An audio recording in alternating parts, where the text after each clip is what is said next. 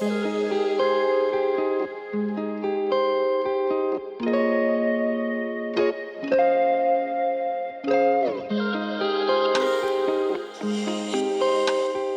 is an initiative that we've begun with from the Old Oaks of Somerset College. And really, this is what you see is what it is. It's a lounge setting where we have a discussion around a particular topic. And the topic this evening is ACORNS to OAKS.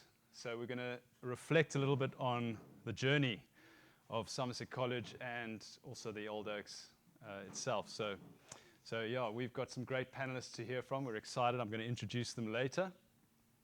We've also got a couple of videos that have been sent to us from a couple of Old Oaks overseas. Katie Weldon, formerly Katie Close, she's in the UK, and Ronald Wilsonach, he is in Canada, in Toronto at the moment. And, you know, that's just two of many Old Oaks who are out and about on other shores doing wonderful things. And it actually just kind of points to just the fact that the Old Oaks has grown so well in such a valuable way. We've got a network across the globe and a valuable network at that as well. I also want to welcome those that are going to be watching. We are recording tonight, and that's going to be available on the college YouTube channel, so people all around the world can watch and learn and listen, and yeah. Okay, I'm going to try and remember the order of things tonight. So I'm going to be your host tonight. My name is Michael Tabra. I am an Old Oak. I'm currently the chairman of the Old Oaks Committee, and I do have 3 children at Somerset College. 1 in the high school, can you believe it? 2 in the prep school, and they are loving it. I hope that's what they tell me. Try and dig the truth out every once in a while, but yeah, I think before we go any further, please make sure your glasses are charged, so you've got a soup and bread and a snack. Feel comfortable. That's what this evening's about, just feeling comfortable. If you need to go and top up during, that's fine. We're just here to have a good old lounge discussion and chat. So, and thanks everybody for coming tonight. We really appreciate it. And a special thanks to our panelists. I'd like to just quickly introduce, I'm going to take my seat now, if that's okay. I'm going to introduce Katie and Ronald. I just want to tell you a little bit about them, and then we're going to play their videos. Ronald, as I said, he is in Canada, in Toronto at the moment. He is class of 2001. For those that don't know, the college started in 1997. Okay, so he was one of the earliest. He is currently Vice President of Operations, Blue Giant Equipment Corporation. Ronald joined the college in 1999, relocating from Pretoria. He was at Pretoria Boys High. And he credits his time at Somerset College with instilling the enduring value of strong friendships and networks, connections he continues to cherish today. After matriculating in 2001, Ronald spent 2 years on a working holiday in the UK, followed by a year working in the construction industry in the Western Cape. He went on to complete a Bachelor of Mechanical Engineering at Stellenbosch University. And in 2008, that was in 2008. Later, he earned his MBA from University of Stellenbosch Business School in 2017. As I said, now based in Toronto, Ronald serves as Vice President of Operations at Blue Giant Equipment Corporation, a leading manufacturer of loading dock equipment. And in his role, he oversees supply chain, manufacturing, distribution across multiple international facilities, including operations in Canada, the US, and the development of new large-scale facility in Mexico. And his career spans diverse industries, including aerospace manufacturing, consumer goods, and industrial equipment. Ronald is married, a proud father of 2 young daughters, and outside of work, he enjoys woodworking, scuba diving, golf. We had a few people come off the golf course today. Camping, traveling, and hosting braais with family and friends. So we're looking forward to hearing from Ronald, and we'll play their videos consecutively. So we've got Ronald and Katie. Katie is also class of 2001. Katie is an executive in the energy and infrastructure finance at Standard Bank. where she specializes in financing large-scale energy projects across Africa.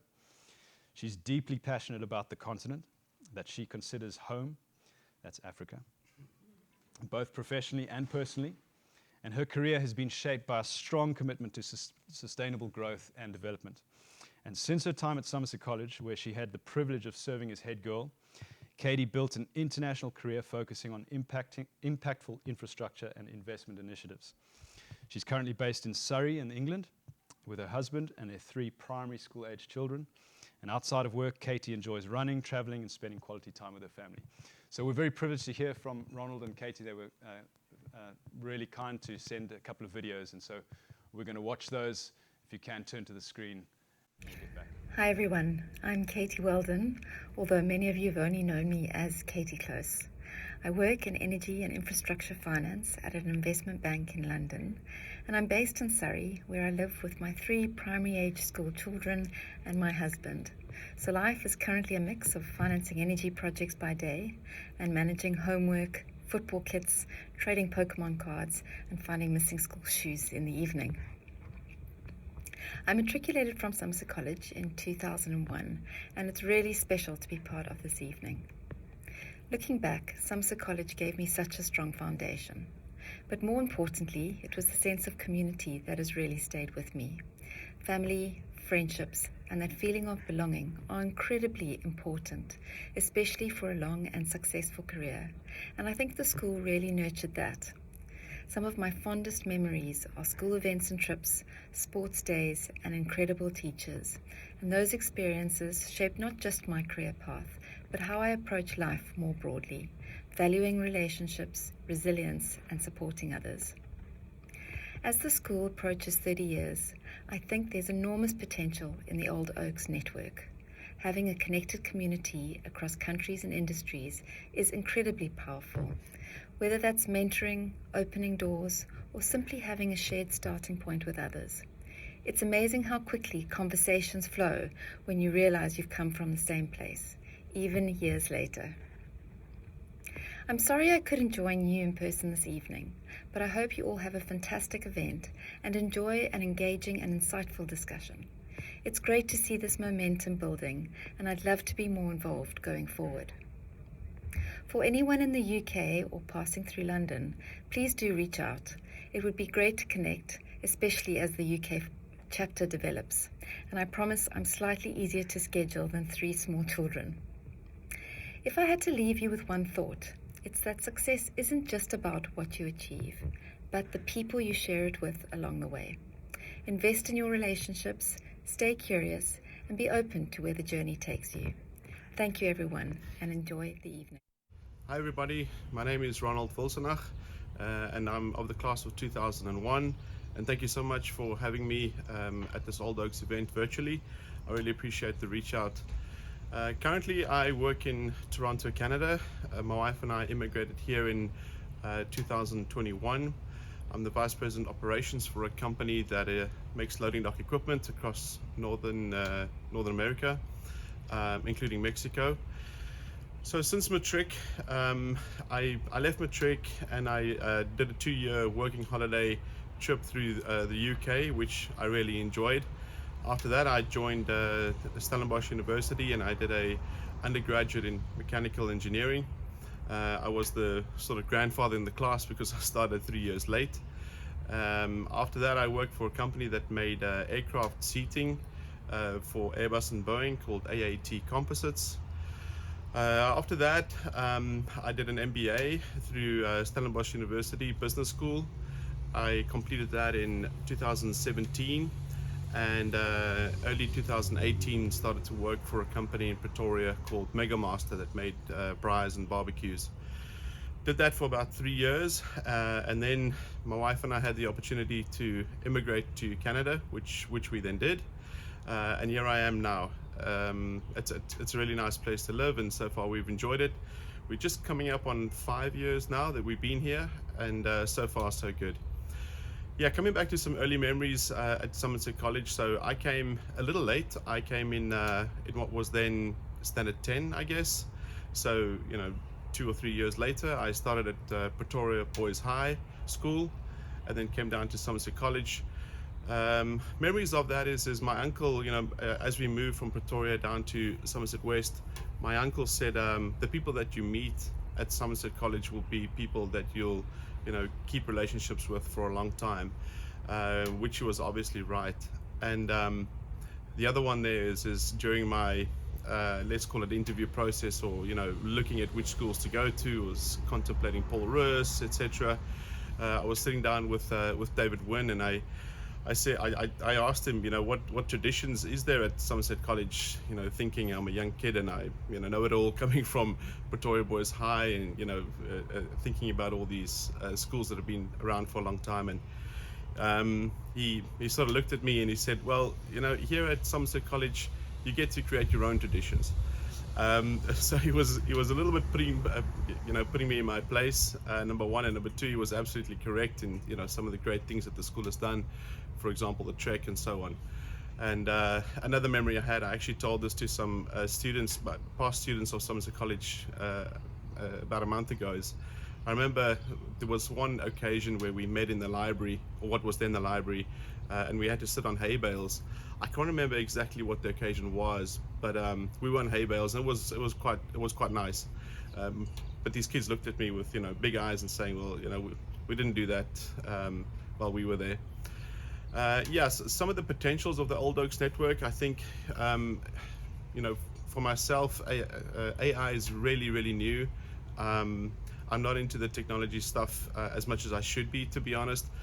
But as the world moves to AI and technology, I think the value of personal relationships and networks is becoming more and more important, I think. And I think that's where the Old Oaks network can really add value to everyone, maybe scattered all across the globe, as it is in my case. Please reach out to me. My email is rwilsonach@gmail.com, which is probably the best one that you can get me at. And maybe a final thought from my side is always find the opportunity in change. I remember listening to a talk from a guy as I finished my undergraduate at Stellenbosch, and he had a whole speech, and there's one thing that I remembered, and it was that is find the opportunity in change. And for me, things changed quite dramatically. I mean, after all, I did immigrate to Canada. Had some really nice job opportunities, and change will be permanent, so look out for those opportunities. So lastly, thank you very much to Mike Tabor for reaching out to me and inviting me to be part of this event. I wish I could be there. Hopefully sometime in future I could be there in person. I look forward to our further engagement, however way it might be, and please enjoy the rest of the Oak Lounge event. It was really good for me to be part of this, and thank you so much. Enjoy.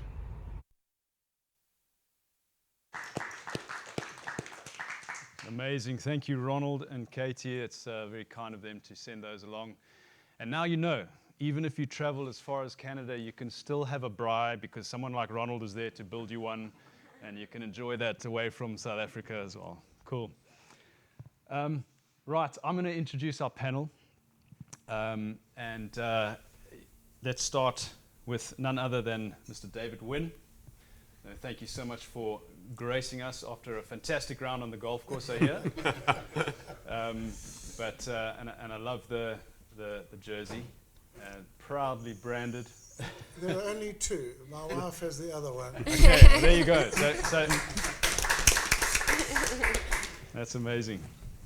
All right. Well, for those that don't know, I'll be surprised if you don't, but David is the founding head of Somerset College.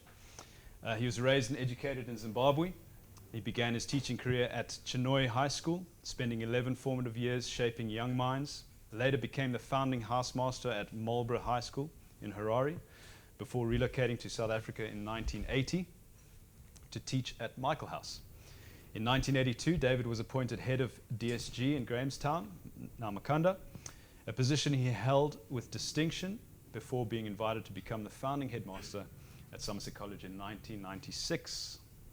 Just correcting the date there. That's when he was asked to come. Just putting it out. He led the school through its foundational years until his retirement in 2003. Following retirement, David worked internationally with the Supreme Education Council in Qatar, later served as head of Elkanah House in Bloberg, and since stepping away from headship, he has continued to contribute to education as a consultant to school leaders and currently serves as a governor on the board of the Newbury House Montessori School. Somerset College remains his most fulfilling professional achievement, and he continues to stay closely connected to the school community, including participating annually in Trek visits. So nice. Thank you so much, David, for being with us. All right, next up, and I think we'll do ladies first on this one. You can tell I've had a good education. Mandy Gibson, a teacher at Somerset College. Mandy holds a master's degree in microbiology. She began her career lecturing at Natal Technikon for 6 years. After relocating to Cape Town, she taught at SACS before joining Somerset College in 1998, during its second year of operation. Over a remarkable 22-year tenure at Somerset College, Mandy held numerous roles, including head of department of life sciences, grade head, head of netball, and first team coach, Cambridge teacher, and senior staff executive member. Her versatility even saw her teaching consumer studies for a period. She later served as academic head at Redham, Somerset, Generations Somerset, before returning to Somerset College in 2024. Mandy shares a special connection with the school, and as parent of Kiara, recognizing as the first college baby, Kiara's here with us tonight as well, who completed her entire schooling journey at Somerset College. So that's fantastic. Thank you, Mandy, for being with us as well.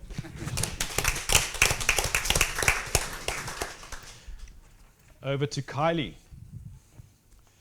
Kylie, class of 2002, arguably the best class to have finished matric at Somerset College. You can tell which year I matriculated. Kylie is the head of sponsorship at the Eat Out Restaurant Awards, a proud Somerset College Old Oak. She pursued her studies at Stellenbosch University and UCT before launching her career in marketing abroad. And what began as her first professional role evolved into 4 years of international travel, offering rich life and career experience. Upon returning to South Africa, Kylie transitioned into sales with the dynamic events industry. Over nearly 2 decades, she's built a diverse career across startups, small businesses, and large corporates. And today she serves as head of sponsorship for the Eat Out Restaurant Awards, South Africa's leading restaurant guide, where she focuses on partnerships, strategy, and delivering impactful campaigns. Kylie lives just down the road at Raithby with her husband and 3 children. Deeply connected to Somerset College, she's remained actively involved as a hockey coach, Old Oaks champion, and board member, truly embodying the spirit of a lifelong Old Oak. So thank you so much, Kylie.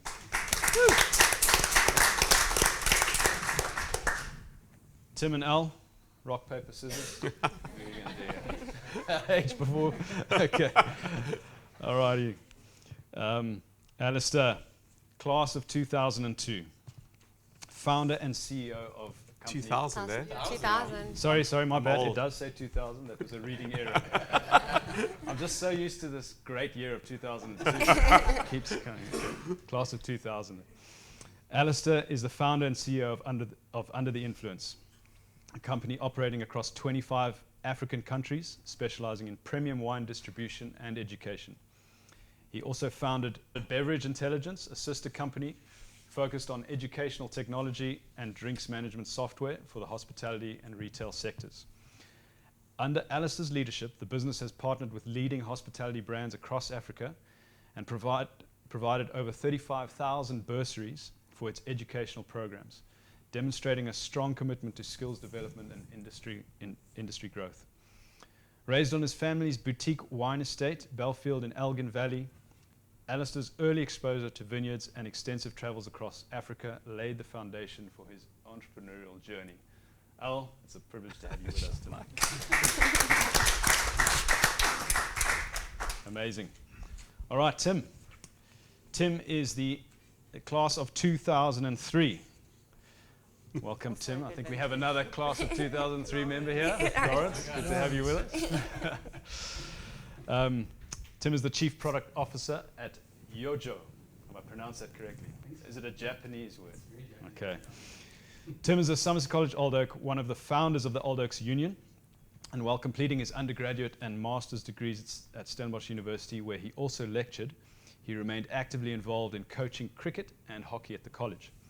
Tim co-founded Lobster Inc., a Cape Town-based hospitality education company where he served as Chief Product Officer.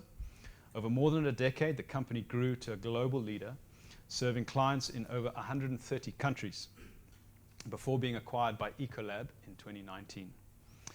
His career has taken him across the globe, including time spent in Amsterdam, Geneva, New York, Austin, and London. Today, Tim is Chief Product Officer at Yojo, a health tech company focusing on inflammation management and nervous system regulation through wearable technology and personalized coaching. Beyond his professional work, Tim serves as a non-executive director and advisor to various startups. He's contributed to academia, authored children's books, and performs in a self-described enthusiastic folk parody rock duo. A multi-talented man. He and his wife Victoria, and Victoria's with us as well, have recently returned to South Africa, where their two children are now attending Somerset College Prep. Tim, it's great to have you with us. Thank you. Amazing. Well, we are going to get into a discussion, and we're going to have a chance for some questions at the end as well. So keep your ears ready, and whatever I forget to ask, please jump in. So once again, thank you for being with us, guys. I think what I'd like to do is I know I've introduced you all, but I think let's just do a quick say who you are, a snapshot of, just a quick snapshot of your journey since matric, and obviously since early days of Somerset College. By the way, is the audio okay? Are we all okay? All right. Mandy, can we start with you? Sure. I just feel that I'm not really qualified to be sitting amongst all of this. I haven't gone very far since 1998, when Dave might have, I'm not sure if he was meant to have employed me, but he eventually did. You don't know that. I know it's going to be a quick snapshot, but he did interview me in 1996, and I came back. I just moved to the Cape. And my husband and I had done a recce out to Somerset West, because we didn't even know where that was.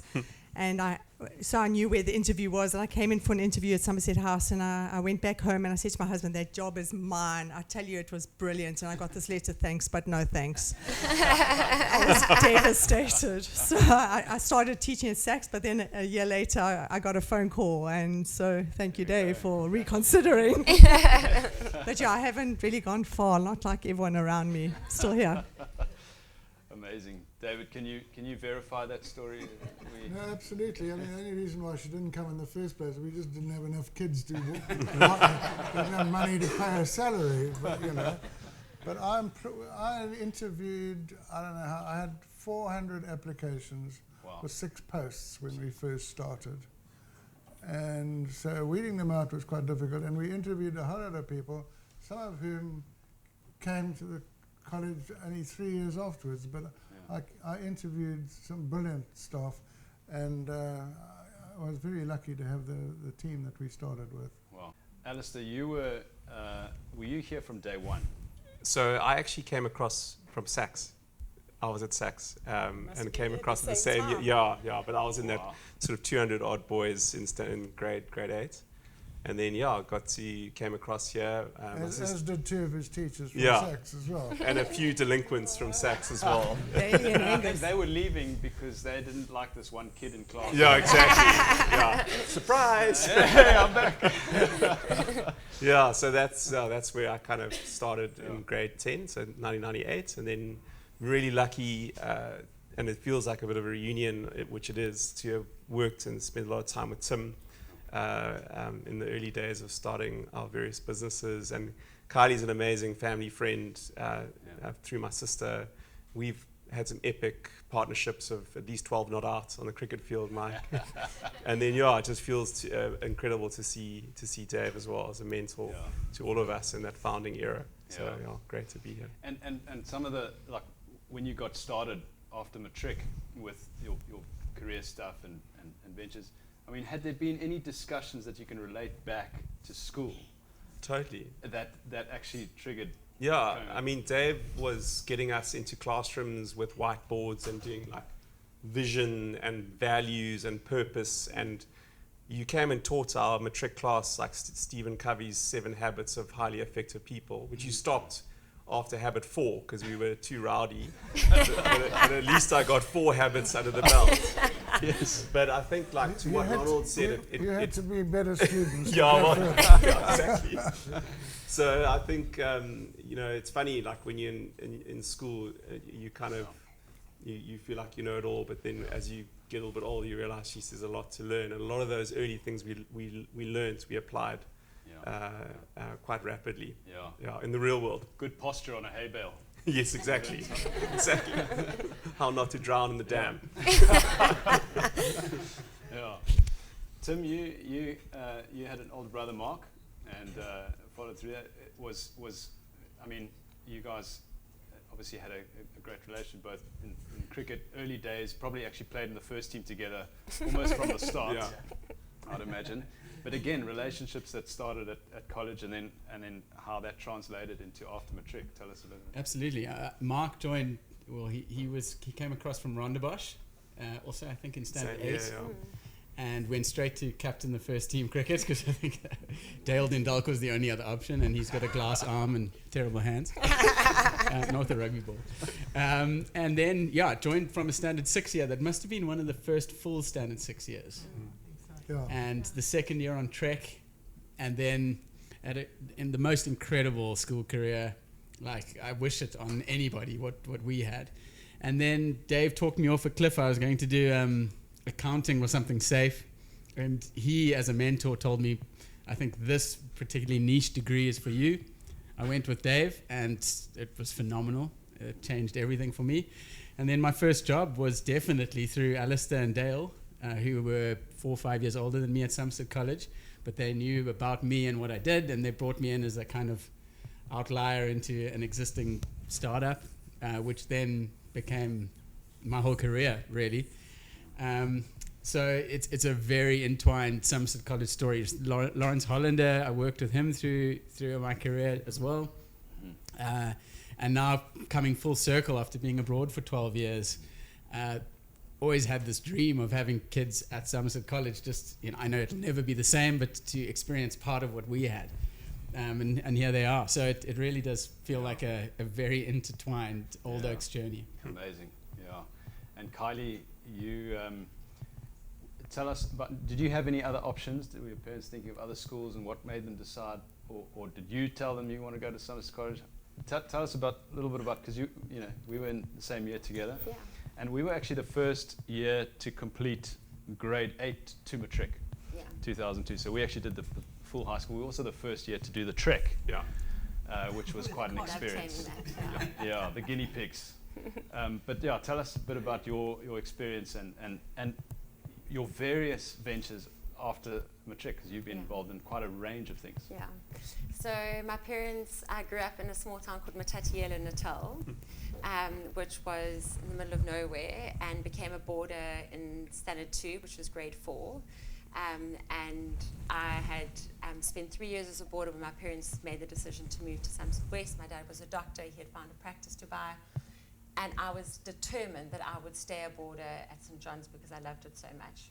My parents were like, you're very young. You're definitely not staying in Natal. You're going to come with us. And I think they had to work quite hard to get me into Somerset House, which at that stage was, that's where the need for Somerset College originated.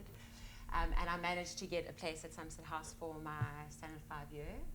And everything just blossomed from that year.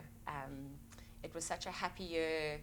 I came in, I think often you think moving schools is so disruptive for kids, but that was, in that final year, and it was such a successful year for me.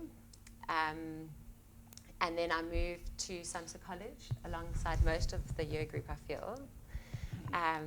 Fee's in the front row. We've been friends since standard 5, which is amazing. Yeah. And yeah, Somerset College was a big decision for my folks. I was the youngest of 6 kids.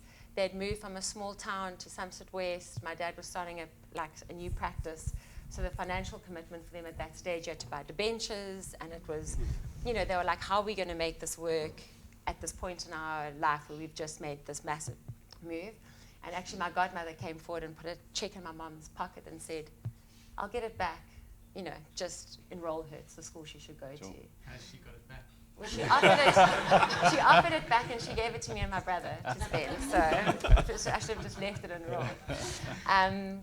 But yeah, so absolutely loved Somerset College. I think what was amazing was that you were celebrated for trying really hard. So I was an academic. I'm dyslexic. My parents wanted me to go to a private school so that I could still be successful at school and cope.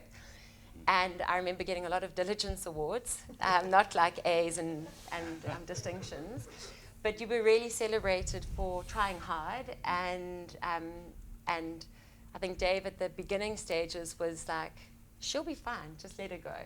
I loved sport, I loved my friends, and I loved school, and that was enough. So yeah, it was and I had the best tutor. Mandy was my tutor. Thanks, Mandy, for putting up with my energy. So yeah, Somerset College was a very happy year, and I do think Dave also removed a lot of barriers to expectations. I think school has changed somewhat, but in the context of this, to be head girl, like dyslexic, not the A student, all these things, and to actually be given that opportunity and to just run with it was huge for my confidence and opened the world to me. So I went on from there to study. I did an undergrad in sports science. I did a postgrad at UCT in marketing management. And I knew that I could do anything if I put my mind to it. So yeah, it was a great time in my life, and I wasn't afraid of anything. Awesome. I could travel, I could do anything. So yeah. Amazing. Can I pick up on that? Absolutely. I think that the college has always taken in people of all sorts of different abilities and given them the opportunities to grow themselves and to become real whole people. And I've seen it with my granddaughters in the school. She also has the odd problem in that, but she's absolutely blooming. And I hope and pray that the college will actually keep that up. In other words, it's important to have good matric results, and I understand that the sort of funnel to get into university is getting narrower and narrower, so the competition for places at Stellenbosch and UCT in Pretoria and wherever is huge. But the college must always just be broad in the church that it invites into here, because we can actually enable anybody to go and do anything that they really want to do. And I would just hope, you're a member of the governing body, so I would hope that could be just borne in mind, that always it's about taking in good families with good kids, and the results will come for themselves. When I was talking to my wife about schools in South Africa when we were thinking about coming back, Somerset College always had, it probably still does, someone will know the stats, but when we were at school, 70% of the kids played a musical instrument. And there was this really difficult choice between Sure, which was silent, uninterrupted reading for enjoyment, which was like an hour of torture, and choir. And choir was quite social, but in other schools, you wouldn't be seen dead in the choir. There was the entire rugby team, the entire cricket team, the entire netball team, everyone in choir, because you got to... And some of the rugby players found out they could sing. Yeah. I was enjoying my quiet reading. Nothing wrong with that. But, you would have the first team rugby players, and he just so happened to be able to sing, and he'd be in chamber choir and not be embarrassing, in fact, celebrated for that. And you tell that to people now post-school, and they go, that is the most incredible characteristic of a school, that there's just no pretense around that sort of thing. There's no established roles, and everyone should just be celebrated for the talents that they have. And you know, that always sticks with me as the most incredible achievement of a school, to not be seen as a nerd for carrying a guitar around or a flute or whatever you're into. Yeah. I think that was the beauty, that there were so many who had the opportunity to discover sort of unique and novel identities that maybe wouldn't be found in sort of historic or schools that have sort of long history, long culture, long traditions. But David, maybe tell us a little bit about what drew you to the opportunity initially, and how you saw what your vision at that point was, because obviously there was an excitement about what this could be, and you getting that opportunity to be part of making the key decisions in the early stages to reach that vision. Because obviously we're here today, almost 30 years later, and there's some amazing things that we can talk about. Oh, Michael, yeah. I mean, part of my CV is that, as you read out, I spent 5 years at a place called Marlborough School, High School in Harare. It was a brand new school. The head, I was the most senior guy appointed to the staff because I was the housemaster of the boarding. And the headmaster said, look, I'm so busy setting up the school, I'd like you, how would you like to develop the school, the campus? And it was 20 acres of bush. And I said, great, let's go. And then in 3 years, during sanctions, we actually managed to put together a whole campus, all the fields, the tennis courts, the swimming pool, the rowing tank, whatever. We actually got it going, and I was in heaven doing this because it was creative. Sure. And then Mugabe came along, and that was the end of that. So that's why I went south. But I always wanted to do it one more time. Okay. And so after 15 years in Grahamstown, which was also an exciting experience, building up a school that was actually poor and it needed a heck of a lot of attention. To come here, this is the lady who phoned me, Carol Downs. There we go. By the way, it's great. Great to have the Downs, a lot of the Downs family with us tonight. Carol used to be chairman of the governing body at Somerset House. I was the chairman of the Heads Association of the Western Cape. No, it wasn't. It was in the Eastern Cape. And I went to a meeting at St. Cyprian's, and she got me on the veranda, and she said, we're starting to look for, to do a school. Are you interested? And I said, you betcha. So, and that's how it came about. Yeah. And He honestly was the best candidate around. Get involved in starting a school, you've got to start with the headmaster. But actually, it was just an opportunity to do something in slightly different. I mean, you know, they brought me here. Alan Stidworthy brought me here. We drove up the drive, and he said, do you think you can make, there was a broken down wine farm, and he said, do you think you can make a school out of this? I said, this will be the Hilton of the Western Cape. And so it is. Yeah. But it was just because it was an opportunity to do something that was creative like this. And having done it before, I knew it was possible.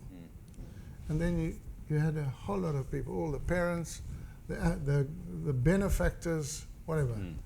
And I was a risk taker, so we went for it. Yeah, and I mean, you know, we sit here privileged today, having sort of being able to look back at the journey, and sort of in awe. There's so many amazing things, wonderful memories, all the highlights we can talk about, the great fond memories that some of we shared now of at school, after school, relationships, connections. But no doubt, and I mean, Kylie, Tim, Al, myself, Katie, Ronald, Fiona, Lawrence, we wouldn't have seen necessarily the stress behind the scenes, because we came in, we actually added to the stress. So we participated. But I read a quote the other day by an entrepreneur called Andrew Wilkinson.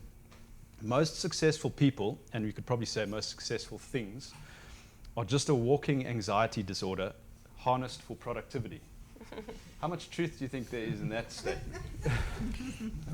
Yeah, I don't know. I don't think I've ever suffered from that. Look, I mean, at the end of the day, this is my dream. So, I was at the top of the sort of private schools tree in Grahamstown, and we lived in the most palatial house. It was the old governor's residence of the Eastern Cape. So it had sort of 5 double bedrooms and 4 bathrooms, and we abandoned all of that and came down here, set up an office in the Dam Cottage where the music school is, and then we were told, sorry, you can't start a school. So, it was like, you're blocked. And I just said to the guy at the Winelands Council, I was telling you, if we have to teach the kids in that house, that's what we're going to do. But we are going to start a school. And I said, what is more, it will be an incredible asset to not only this district, but this province and this country.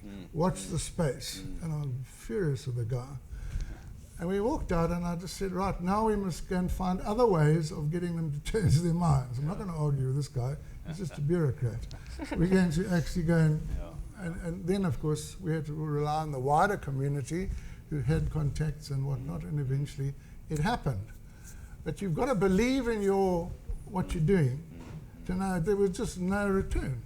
No question of saying, well, I haven't got a job now, and a wife who was bending my ear saying, and we've got kids at varsity and all the rest of it, and what are you going to do about that?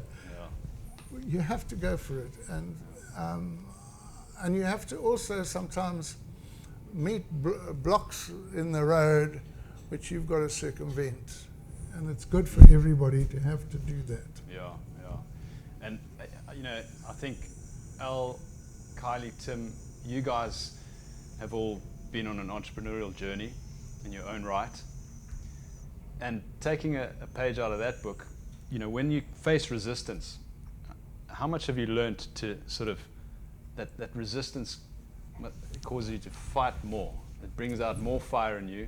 And how do you pull out that fire? Because, sometimes we get so despondent and there's so much resistance that we kind of go, is there a complete another route that I need to go? Maybe share a bit of that. Al, let's go. I think, look, we were deeply impacted by that approach in the early days of the school. Like, it was so evident, and so you kind of overheard these parables of, ask for forgiveness rather than permission, when you were dealing with some of these things. And I think what really helped, and also we learned in those early times, is you've got to set a strong set of values whether you're a family or a company or a school. You've got to have a purpose, and if you've got those foundations and that guiding North Star, like, you'll find a way. There's no option. You just have to find a way. So I think that's as simple as it is, in my view. And just touching on that, I mean, you guys, there's no doubt you had vision while you were still in school. And here's why: because with us on the panel are the founding members of the Old Oaks alumni. And so I think there's credit here, because obviously it's a young school, you're just starting, but to sort of believe in the fact that there's going to be an alumni one day, and a network, and a valuable one at that. And by the way, we're still young. Our oldest Old Oaks, as in students, are 45.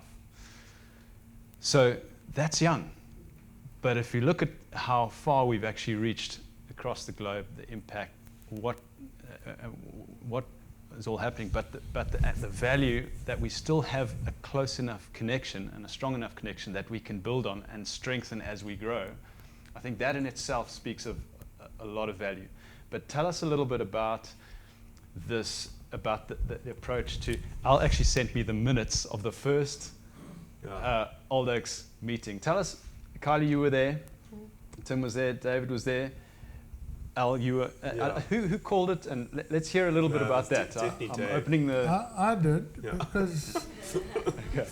No, I realised my time was coming to an end. Sure. And I think that schools like this are at risk losing some of the things that are really good about them because the people who come after you don't really maybe understand what it's all about. That was the first thing. And also I think that your alumni ultimately become the people who sustain the place in terms of sending their kids here and in terms of financial support. So we had a meeting at my house, these three guys, thank you very much, and we decided to get going.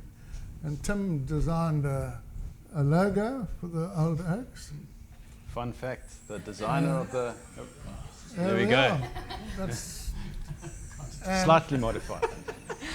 And if I can just go a little bit further,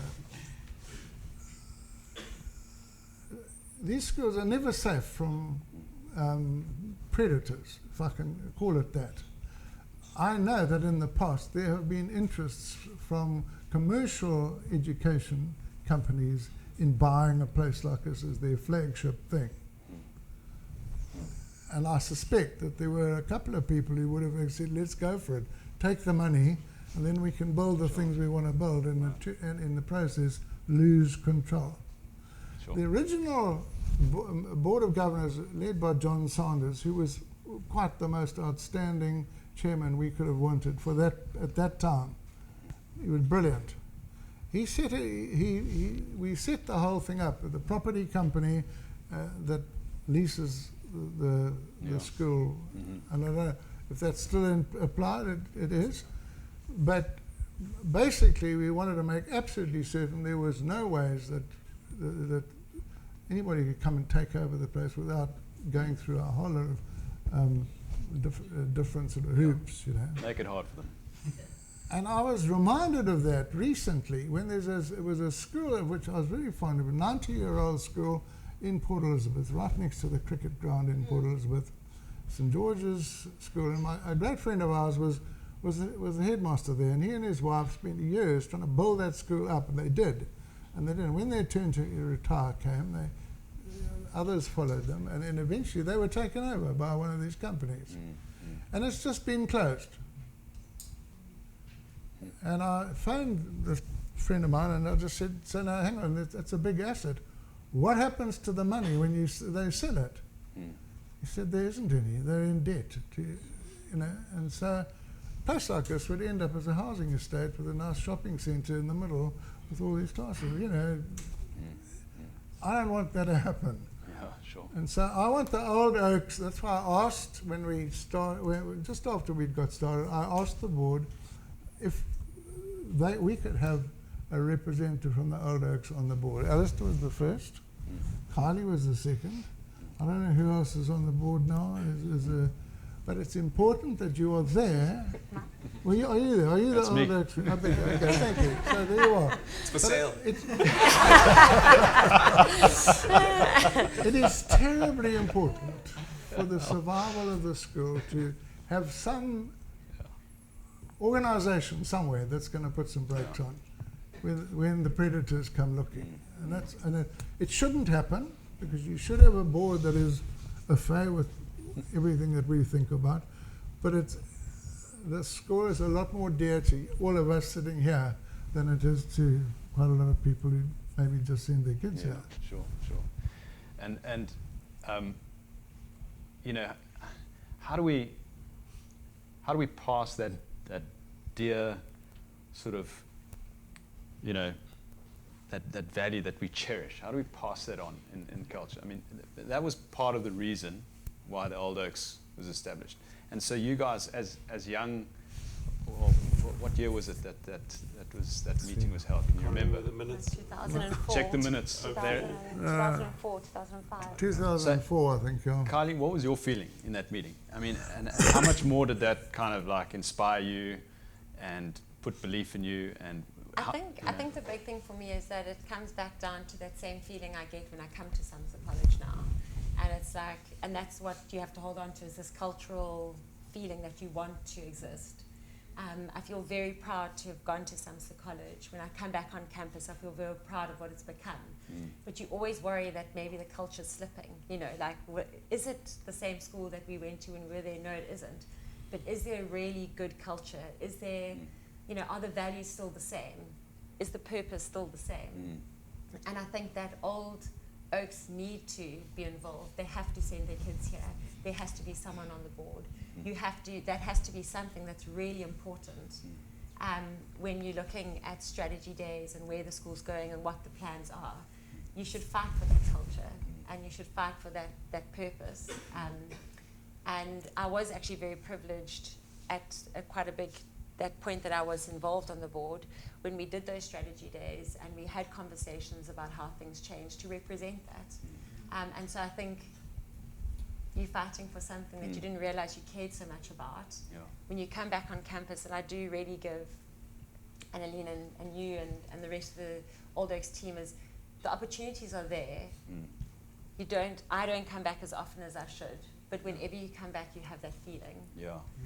And I think it's important to get people back on campus and to engage them because Ronald and Katie felt a purpose for being part of the community.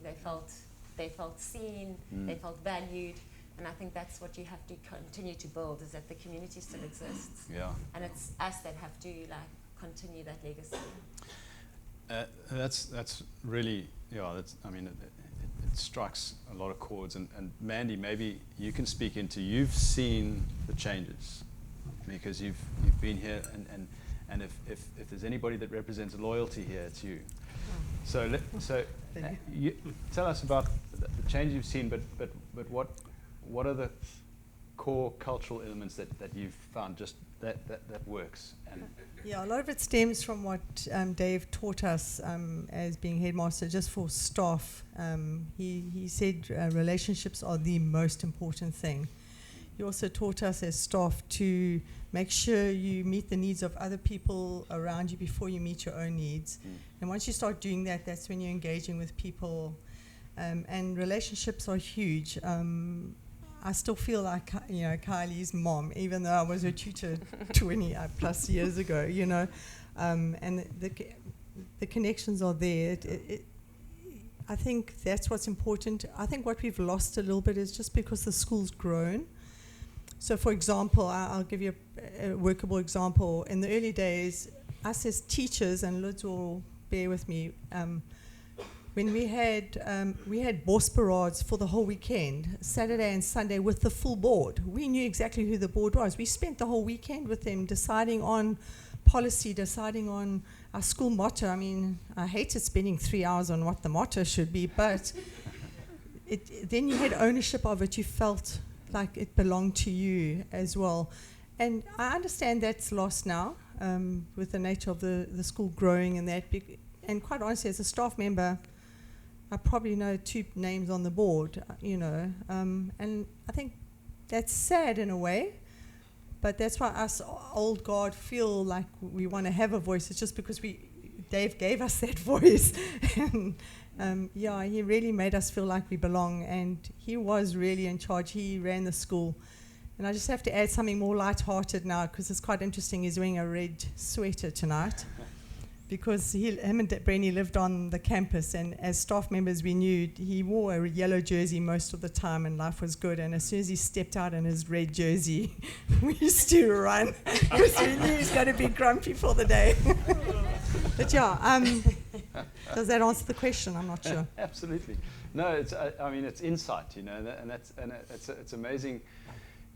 Things change and things grow, and we've got to learn how to manage that growth. Tim, you've been involved in a successful business, and you've seen fast growth and different kinds of growth, and you've kind of got a good understanding of scale and opportunities of scale and how to manage that, how the people in your organization change, and then obviously you've been part of the college and the college's growth, and now you've got kids back at the school. So maybe you can shed some light on that as well. I mean, I think the nature of the type of person produced at Somerset College, certainly in our time, was very entrepreneurial. And that came from being an underdog, which I think is one of the most useful things a person can be. We always used to love the fact that we weren't as established as other schools because, as Dave said, you're not going to adopt a tradition, you're going to make a tradition. You have an opportunity to build something. If we used to go to the prefects used to go to Mr. Wynne and say, oh, can we have this? Can we have a prefect's room? He said, well, find one. Go and argue with Mrs. Wynne to take her old uniform shop out of the thing above the stairs there, and then that became, but we had to make a case for it, and everything felt like we had an opportunity to build it. And that meant making a good case for it, coming up with ideas, being creative, taking risks, putting yourself out there. But you always felt like that was something that could happen. There was opportunity. And the natural thing for a lot of us was to start our own businesses. I know it is quite a South African thing too. And across the world, I've always been amazed. You go to the highest levels of some big 150-year-old European organization, and you go, bonjour, monsieur, bonjour, and then this guy goes, how's it? There's a South African in there, because we just have that, you just have that way. So that entrepreneurial spirit is so ingrained in the type of person that Somerset College produced.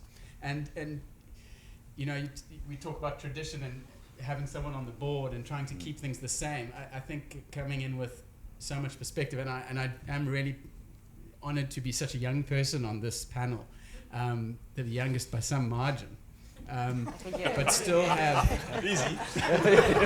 still have some perspective. The idea of keeping things the same is not tradition for tradition's sake. That isn't what I would say. No, exactly. It's not that. I think what you fear is losing that underdog mentality. That someone that's willing to fight for something, to be creative, to take risks. When things are too corporatized and too standard, and you have to follow a very specific path, I think Somerset College would lose something. It's not to keep it the same as it was, because that can never be, and it should never be.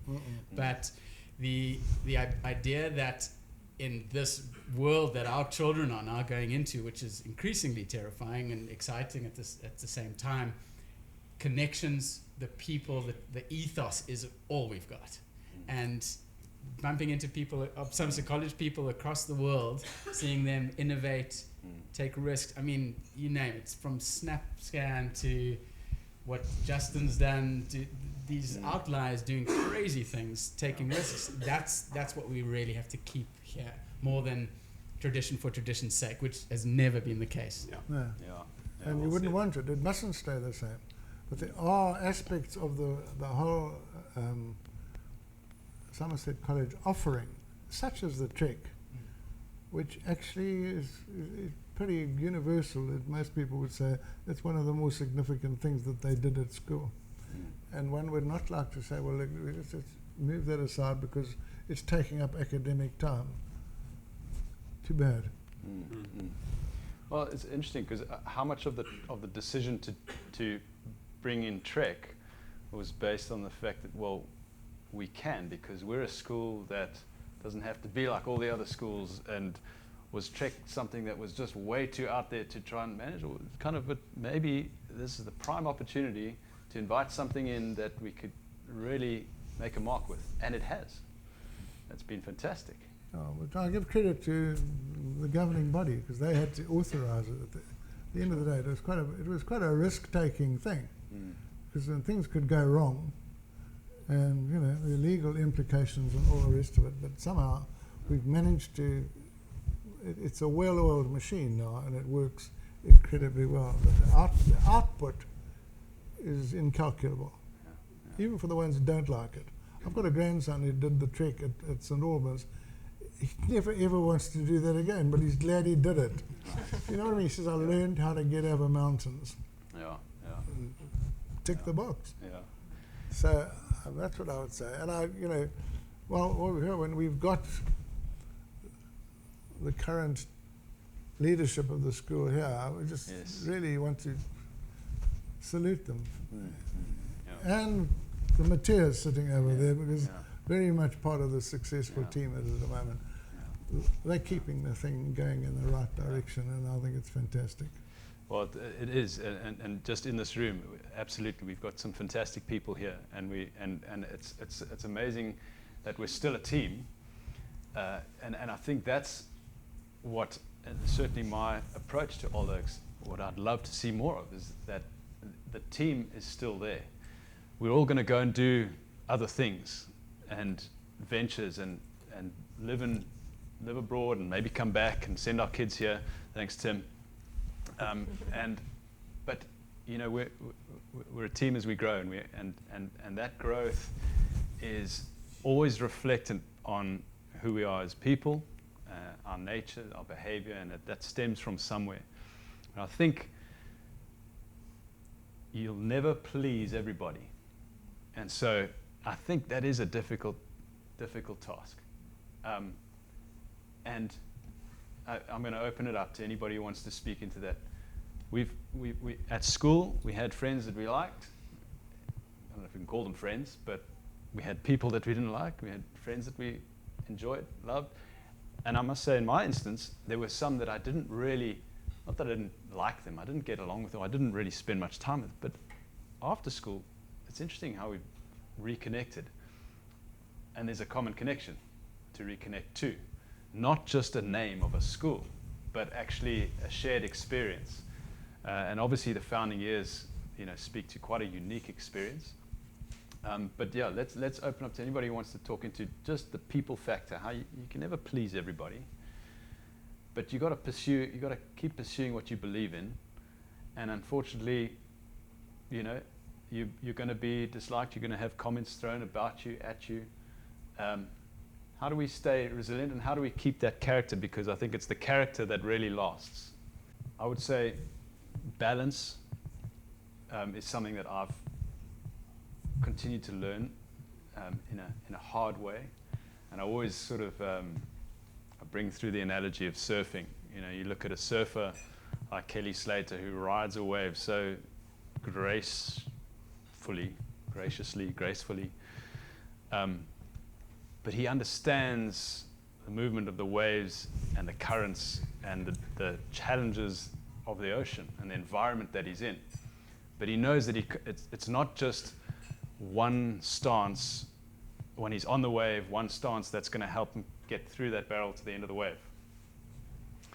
He knows that he's constantly got to shift his weight from the front to the back, lean to the right, lean to the left, and whatever the environment that he's in, he's got to adapt to, and pretty promptly. Yeah. But he does it with such ease. And so, but there's so many elements of the founding years, but that will never go away in the days that we're in now, and where we're looking to ahead as Somerset College and as Old Oaks, that we've got to constantly find this balance.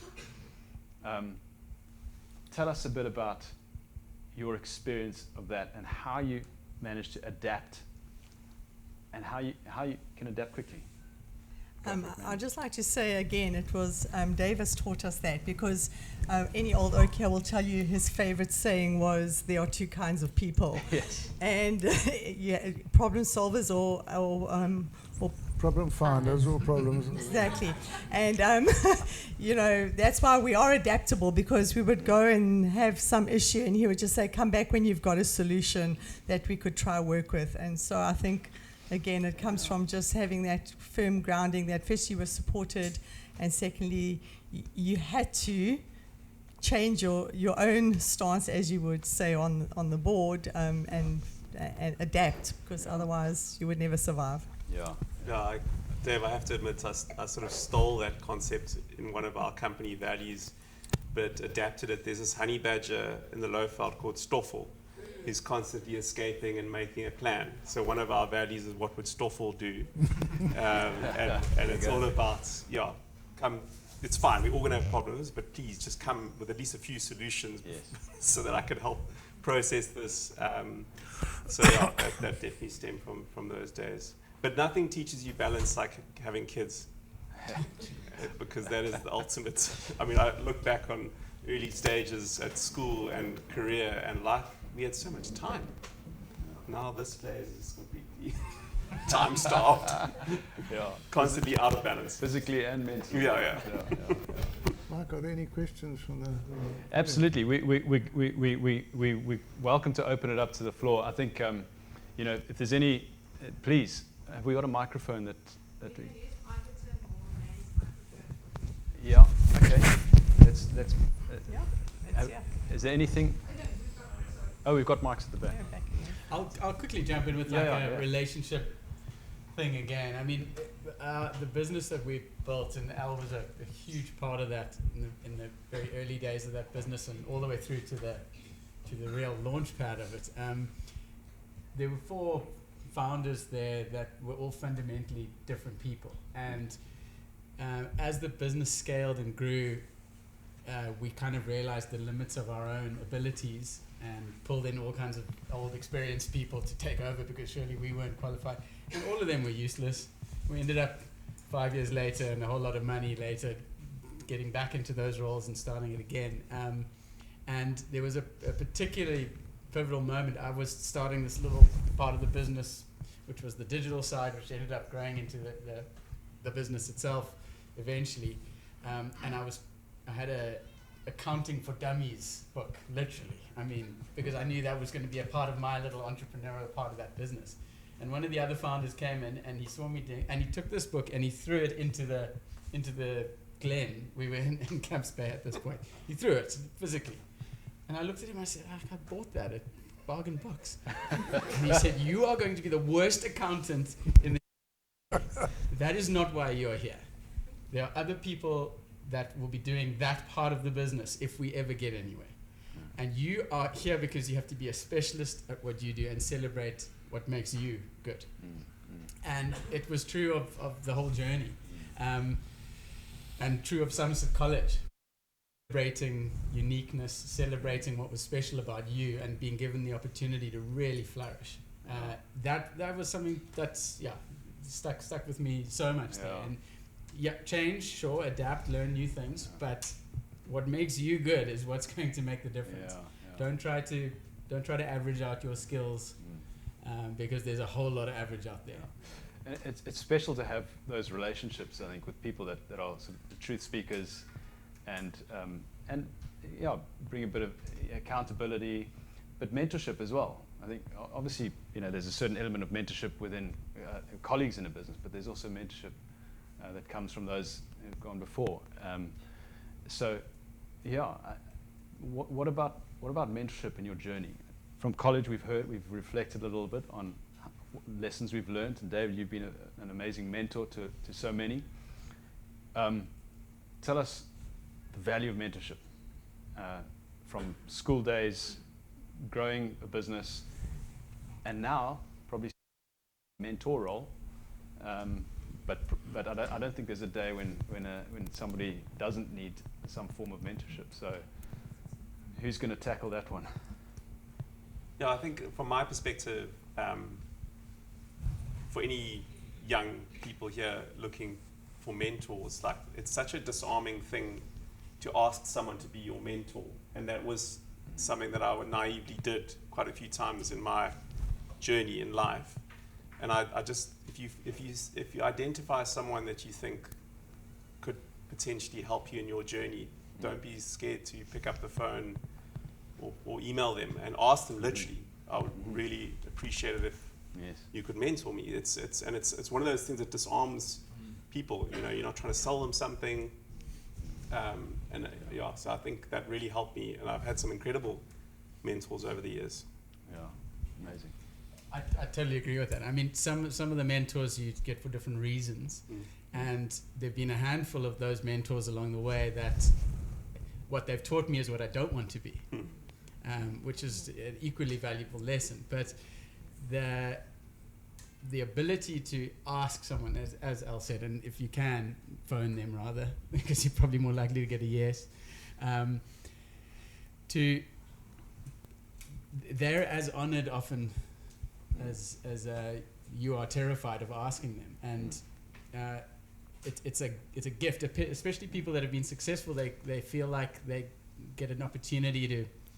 Generally, successful people have been extremely lucky somewhere along the way, often multiple times, and it's an opportunity for them to give back. And you can fast forward your journey in many ways. I mean, Dave, mutually here, was my biggest mentor all the way along. I mean, as I said about my university choices, and after that I constantly stayed in touch. What do you think of this? What do you think of this? and yeah, I value that tremendously. And that's the ultimate network. As we get to our 40s, 50s now, we in South Africa, in this network, we have the ability to say, oh, well, you know, I know someone at the top end of Eat Out. I know someone, a founder of Under the Influence. I know this person, a friend of mine is the CEO of this. This is where we really should be coming into our own. And that is networking and using the connections that we have. This is our time to really shine. Yeah, that's great. And you know, I mean, I see we've got some young college students here, and you know, as Old Oaks, that's really the journey we're on now, and really want to establish as a network and as a community. You know, we've got the various tools that we're unraveling and we're putting out there, and we've got, you know, instant communication to the network with, you know, the likes of WhatsApp, and so the community and the network is at our fingertips. And so what we're saying as Old Oaks is we've got to be available to be mentors and encourage that community, encourage the growth, encourage that culture that's so embedded in the foundation days of the school, but that we can, you know, can expand that, and we can, you know, spread that to wherever anybody finds themselves in the world. Now we're looking at starting a UK chapter. So, you know, those not just in London or UK, but in Europe, that could connect. And, you know, whatever it is, once a month, we're going to look at how we can do that. But there, Katie, you know, offered, come and get in touch with me. And so we can do that.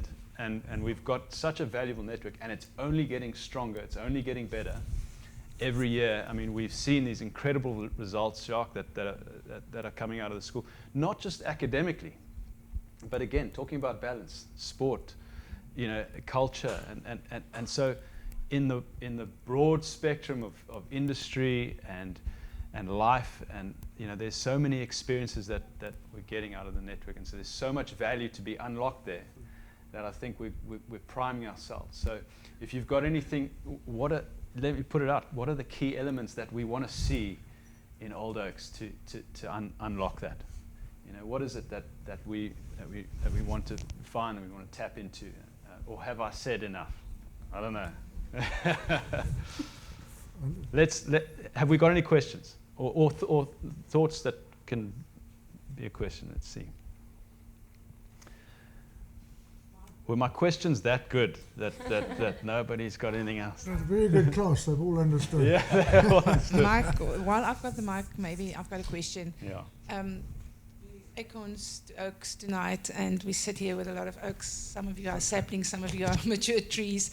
But what would your advice be to the current ACORNS in the school? Because you've mentioned that funnel, Dave, that's hectic, the angst that the kids are facing nowadays of where do they go? Will they find a job? What do they do? So what would your advice be to the young ACORNS that's going into life and, as my kids call it, adulting out there?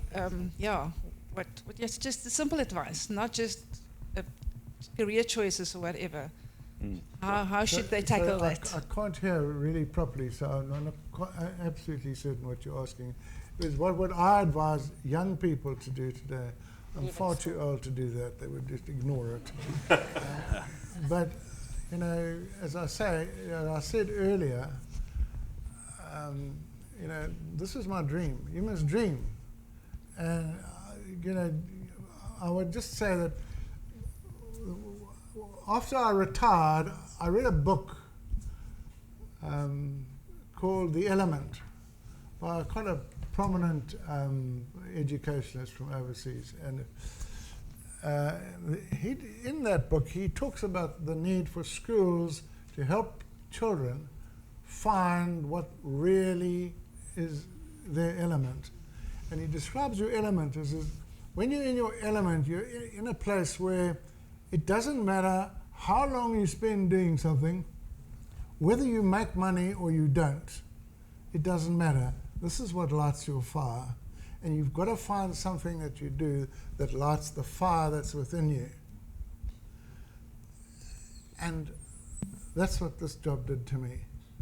And that's what it still does. Being invited here to talk about it lights my fire again, even though I'm 85 years old. I mean, you never stop worrying about your dream. And so that's what I would just say. And going into things, this is what I said to Tim. Tim was going to do accounting, and I said, forget it.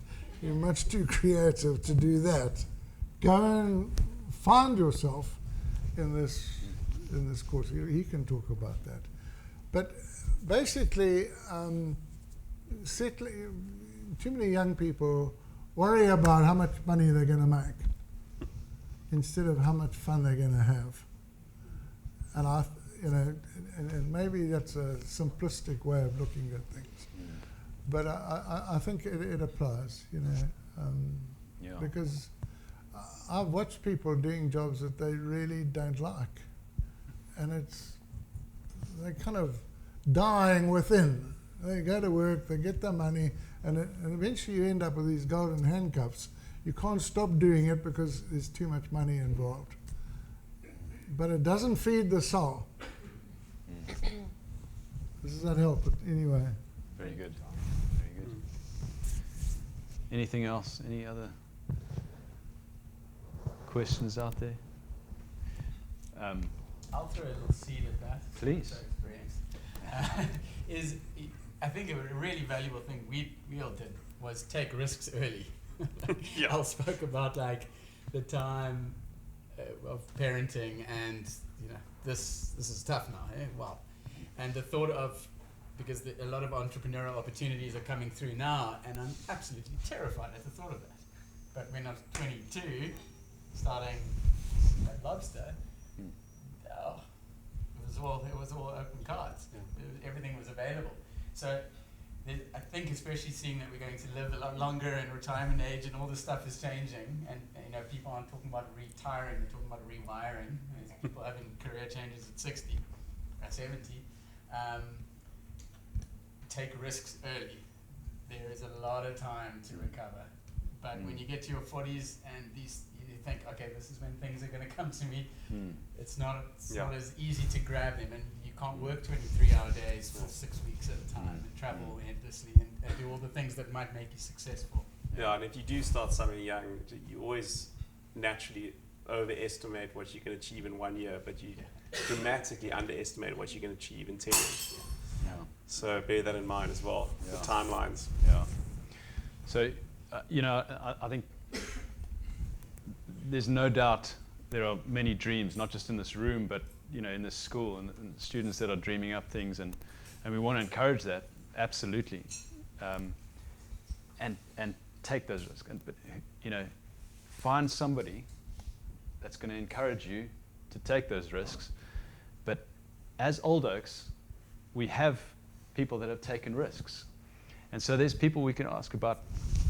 I'm thinking of taking this risk. What can I do? And so that's what we're here for each other to do, to make available, and not just an encouragement to take that risk. Obviously, there's going to be some wisdom as well. These are some of my experiences. Sure, take the risk, but surround yourself with the right people to help you in that risk, or to share that common vision or that dream that you're going to. Surround yourself with the right people. Yeah. And that's, that's what the Old Oaks is. I think you guys can testify in that very first meeting. It's the vision to have a network of people that you can surround yourself with, that you can call upon and say, what have you done? Where are you? I'm thinking of moving to Toronto. I want to get involved in logistics. Ronald, will you help me out? And I think at the end of the day, speaking to parents, and I know this for myself, it's not cheap to send your kid to Somerset College, but it should be an investment that lasts a lifetime, and that return that you see, because you're getting into a network of connections, of people that are, and immediately, the day you finish matric or the day you graduate, whatever, there is a network immediately available to you to call and say, hey, looking for something. Or Al is looking for the next successor CEO for Under the Influence. He wants to network key people to step into that role. I mean, that's it. It's also the ability to, as an old oak, and it's almost like a call to arms. As an old oak, that's where we can really, if someone leaving Somerset College wants to, have that, know that the old oaks community is available and accessible in some way to be a mentor or to hear an idea, or because it's not just the wisdom, but it's also the connections. The number of times that's happened where I don't know what this person's talking about. It's a totally different skill set, but I go, oh, you should really talk to. And as soon as that happens, you are fast forwarding that person's growth. They're talking to the right person, and there's a huge opportunity there. An incredible old oak, Jackie Hart, out of Val now. I don't know if she ever took his surname. Probably not. You know, Jackie. She was thinking her whole way through, how can I be philanthropic about my extraordinary journey and privilege through Somerset College, and her charity, she wouldn't want to call it that, but she mentors young people coming out of school, coming through university on an individual basis, where she sets up a couple of hours a month. And yeah, you can fund something, or you can, donate XYZ, but that is a real gift, because the story she tells, good and bad, about opportunities and people that have had opportunities, I think that's the real power of what we've got here. Yeah, that's fantastic. That's really great. Yes.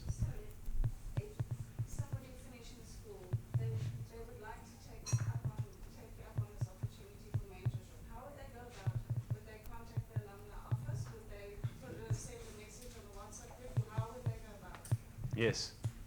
Can I answer that one? Annelien. So we are in the process of setting that up now. I've actually got a meeting scheduled with our STU next week.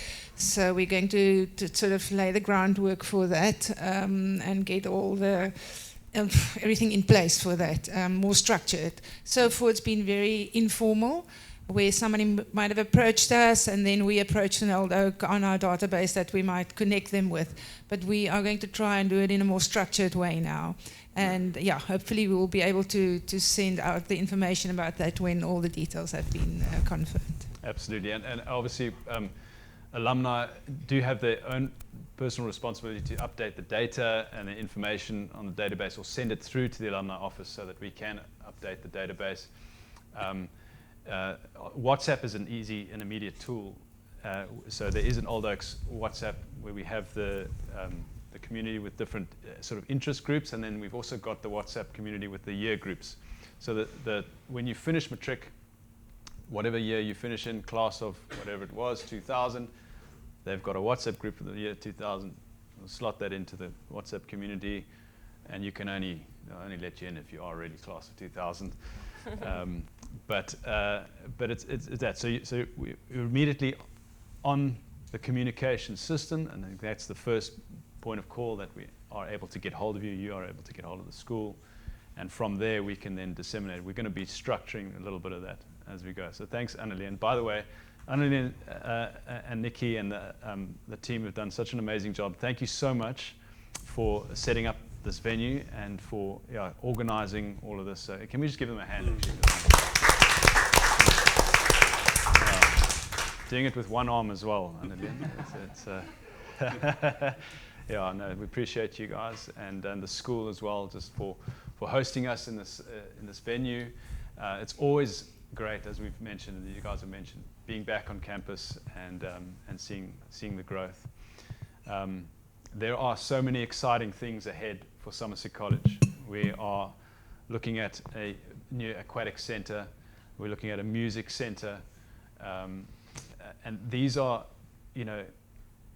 wonderful, wonderful facilities that are really going to just keep us continued on that trajectory. And I think what's amazing about it, it's not like we're opening up Somerset colleges all around. We're investing in a beautiful site, a unique and beautiful site with incredible values and foundations, and an amazing cohort of people. And I think that's really where we want to place emphasis. that ultimately it's the people that make it all happen. We could have all these wonderful things, but the people is what makes it happen and is what brings the best value out of all those. Have we got any last questions? If we don't have any questions, yes, Mr. Downs. First of all, it's a great privilege to be here. Thank you very, very much, listening to all of you. Mr. Wynne, first of all, Mr. Wynne, thank you for taking care of our baby sisters. But I have a question for you, Mr. Wynne, and also to the panel. You mentioned part of your vision, your belief was to create a Hilton here, a Hilton school here, in terms of the beauty. You also created in Zim, at the Marlborough School out of the bush. I believe you taught at Michael House. You also in Grahamstown at DSG. Those are all very much boarding schools. And we heard Kylie say that she didn't want to leave St. John's, didn't want to leave a boarding school environment. We have farmers, one a little bit further away on the other side of the mountain. In those days, it was a long way to come across the pass. It's a little easier now. So my question to the panel is, are we missing an opportunity by not having a stronger boarding house environment in this beautiful creation that you have? You can't get a spot in Reddish. You can't get a spot in the boarding house in Paul Riz. Are we missing an opportunity? Is it something part of your vision? Should it be the next 15 years of how we can engage you? Throwing it out there as an ex-boarder. Yeah, I can answer that question quite easily. Grahamstown is a long way from anywhere, and we drew kids from all over the subcontinent. I traveled to Botswana and Zambia and Namibia and that, and we drew kids from that.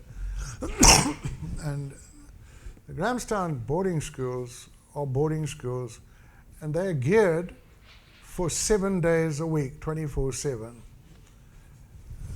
Schools in urban areas like this one is, you do draw boarders from far away, but a lot of your boarding material comes from Cape Town, where you are literally looking after the children of professional people who haven't got time to attend to parental duties during the week, but are happy to take them over the weekends. So your boarding house is half empty, if not more than half. I don't know what the situation is. But it'll never be the same as a full boarding school. DSG was a full boarding school. We were on duty 24/7. So you had to organize a program that dealt with that. And that included, with the boys anyway, they used to take the boys fishing and anything to just keep them out of mischief, But so that's what Michael House is, a similar place. The boys there they could go out for a week, 1 or 2 weekends a term. The rest of the time they were locked in, but every Sunday they were told to get out and spend the day roaming around the area, which I'm not sure they still do because of safety reasons. But that's why it's essential. I was the guy who punted the boarding, but a lot of that was just for economic reasons. You actually make money out of boarding, which subvents other things, So that was. I don't know how much demand there is, but if you really want to do it well, you've got to staff it, and you've got to have activities that keep kids busy, because when they're idle, there's trouble around the corner. Food for thought. But I think, are there any last questions? Otherwise, what I'd like to do is just hand over to the panel to give any last thoughts, encouragements, quotes. Read this book. Over to you guys in any order. Oh, Al. No, I mean, I'm just picking up on that thought as well, because I do a lot of work all over Africa, and I know some families that have moved down here to be close to the school. So it is interesting topic. I think there's a lot of demand, and people talk about this school in places like Maun and Victoria Falls, and there is definitely demand. But I think for me, just being here is a privilege and reconnecting with the school. I think sometimes as a past pupil, you kind of drift in and out of a school, and the school needs to be ready to receive you, and you also need to be ready to kind of give and be of service as well. And I think that's what Somerset College is doing really well.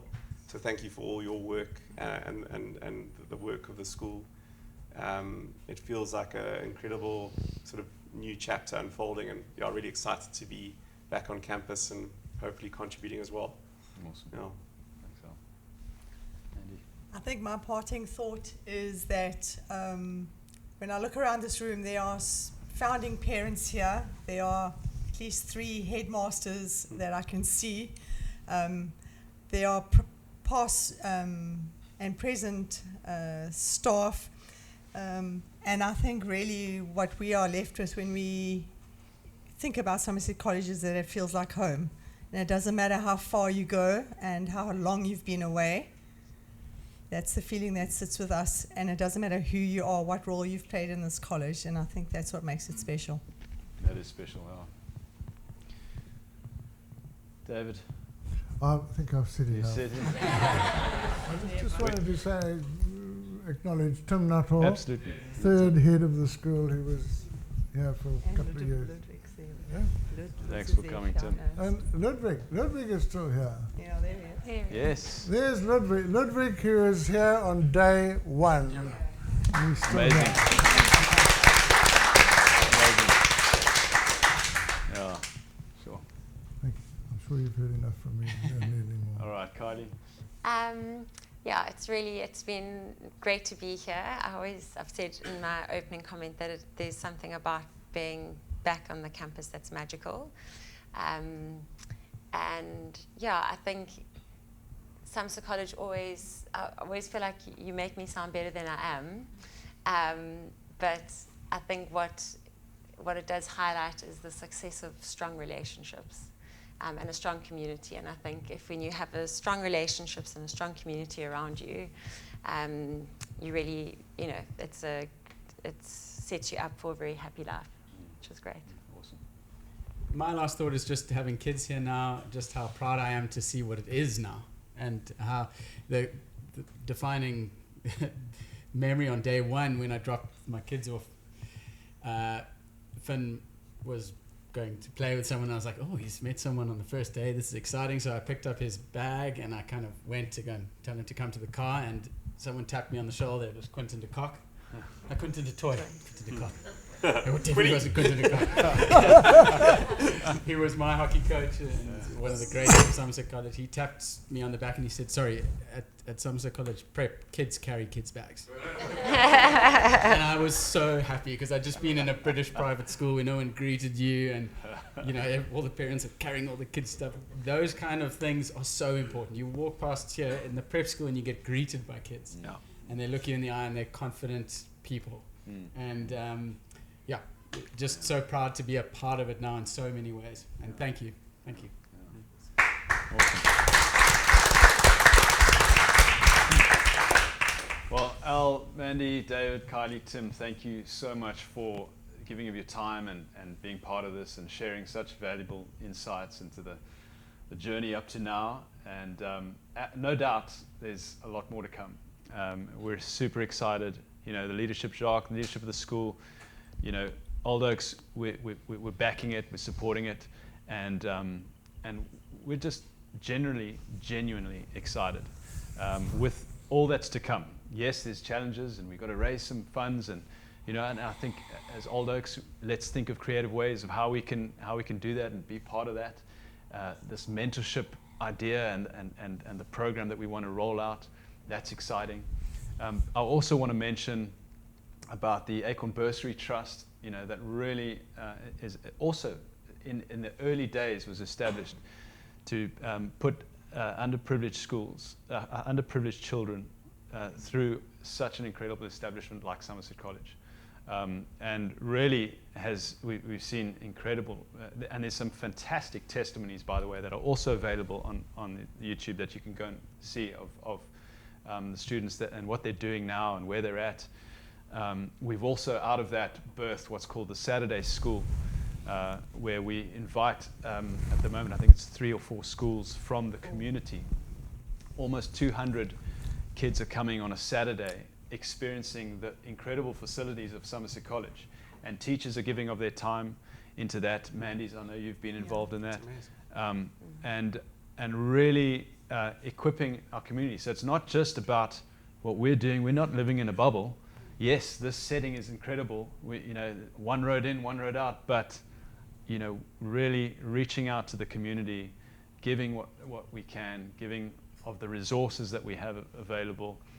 So it really is special, and we commend all the staff and everybody, and really just thankful for where it's come from and where we're heading. So thank you for being on the team, and thank you for coming tonight. And we've got some gifts for the panelists.